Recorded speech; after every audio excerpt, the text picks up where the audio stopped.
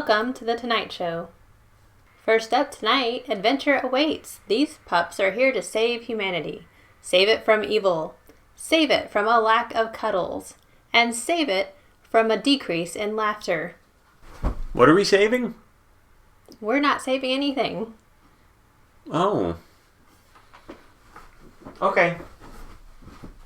Do you have extra cords lying around your house? Recently, we've received reports of sentient activity emanating from them.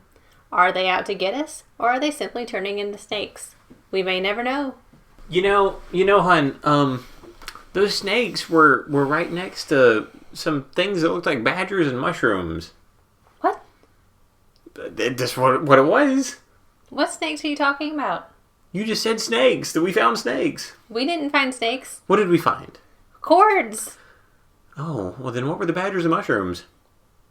Sleep. Everybody wants it, and everybody needs it. And this pupper just placed first in the 2021 Napping Olympics. Word on the street is this feat will be celebrated by more napping. Jason, are you napping? Coming up, we've got Jason with news at 11. Wait.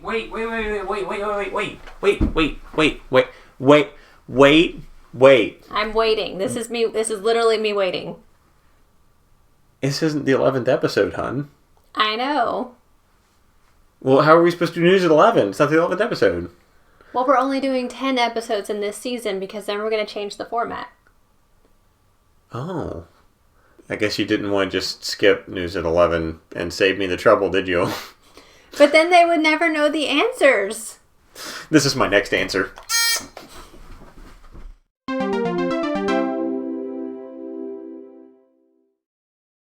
Thank you, Danielle.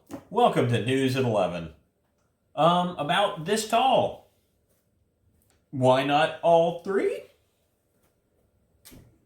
My opinion is, ironically, they moved into the valley. Probably magic? Old Woody might warn you there's probably a snake in your stocking. It's probably a tie between mac and cheese and whiskey. And that's it. Oh, we're back now. Thank you, Jason, for that list of random but not so random answers.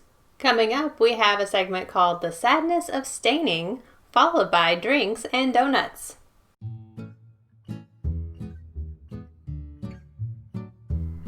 Welcome to The Sadness of Staining. If this is your first time with us, we'd like to warn you that this project is very messy and irritating, but feel free to join with us anyway. And if this isn't your first time with us, well, I'm afraid that's quite impossible because we've never tried this before. Now, as we begin this project, we're going to run the materials that you need along the bottom of the screen so that you know what you need to follow us on this perilous journey. Now, if you're like us, the very first project that you're going to pick is going to be kind of a complicated shape, very irritating to sand.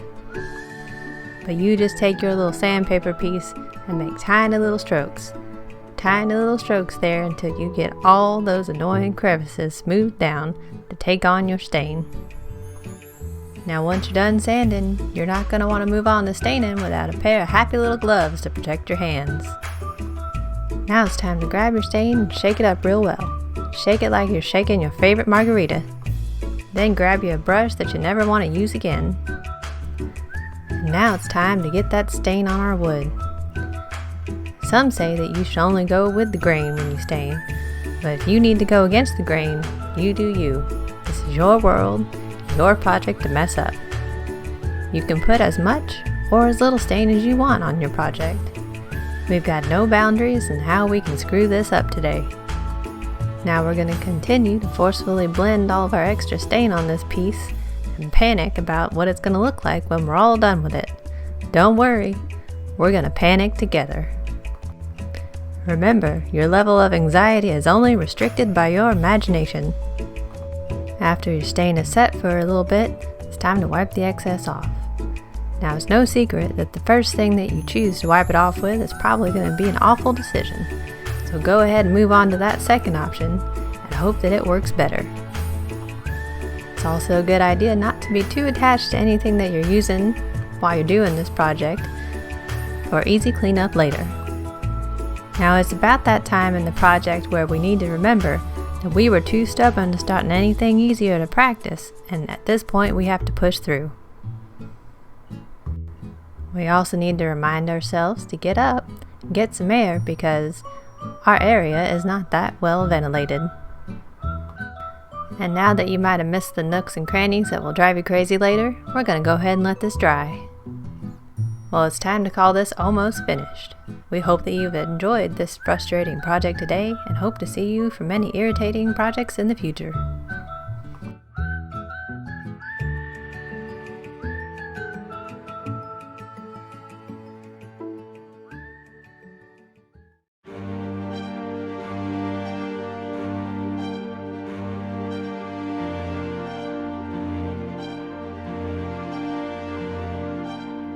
Today we are on a mission to find out what pairs well with a glazed donut.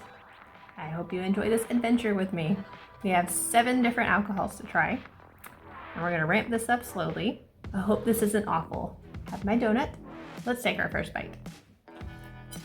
First alcoholic beverage. White wine.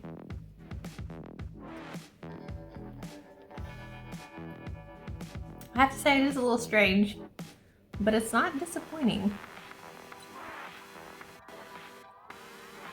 With a dry white wine, it's not bad. From a 1 to a 10 being the best, 1 being I would never ever do that again, I have to give it a solid 5. Next bite. Red wine.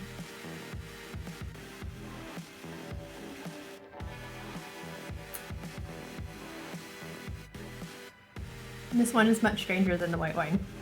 The second sip is better. It still kind of feels like an atrocity. We give that a 4. Beer. Specifically, stout.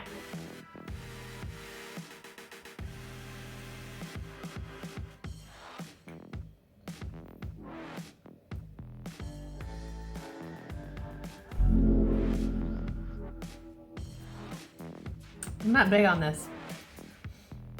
Maybe if it was a coffee beer, that would be better. I'm gonna give that one a 3.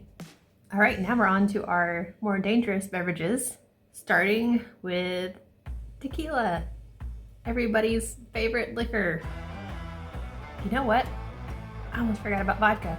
Hold on, before we do tequila, I have to try vodka.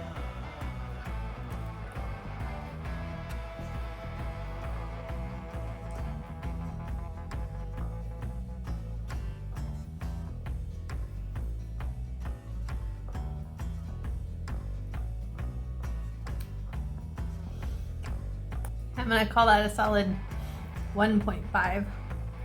I don't know if doing this progression is boding well for the rest of the liquor, but here we are. Back to tequila.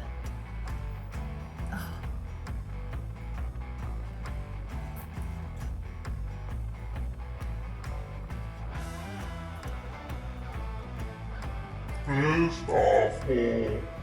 It's really awful.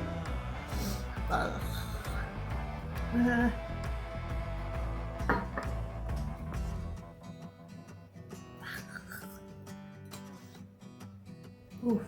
Oh, this is a rude challenge. We have 3 more to try. Whiskey. Whiskey and donuts.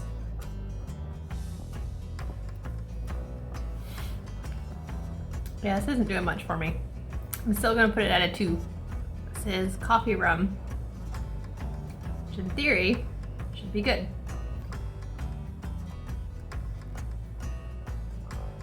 I'm not mad by this decision, but this is extra sweet. Maybe there's just so much sweetness that it doesn't matter. Last one, Irish cream.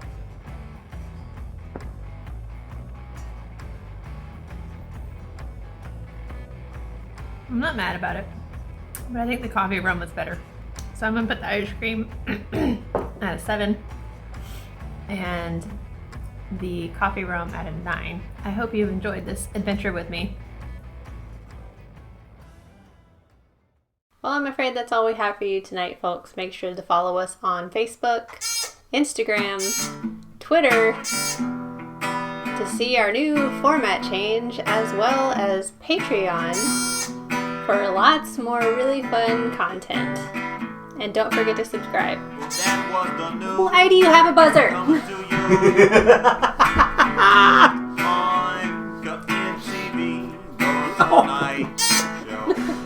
That was the news coming to you. Blah.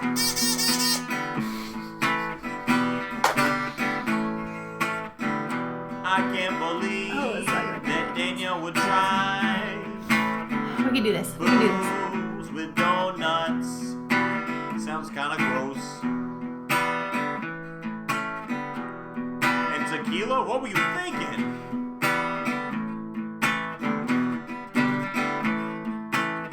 So stay tuned for more segments. And follow us on all social media and Patreon.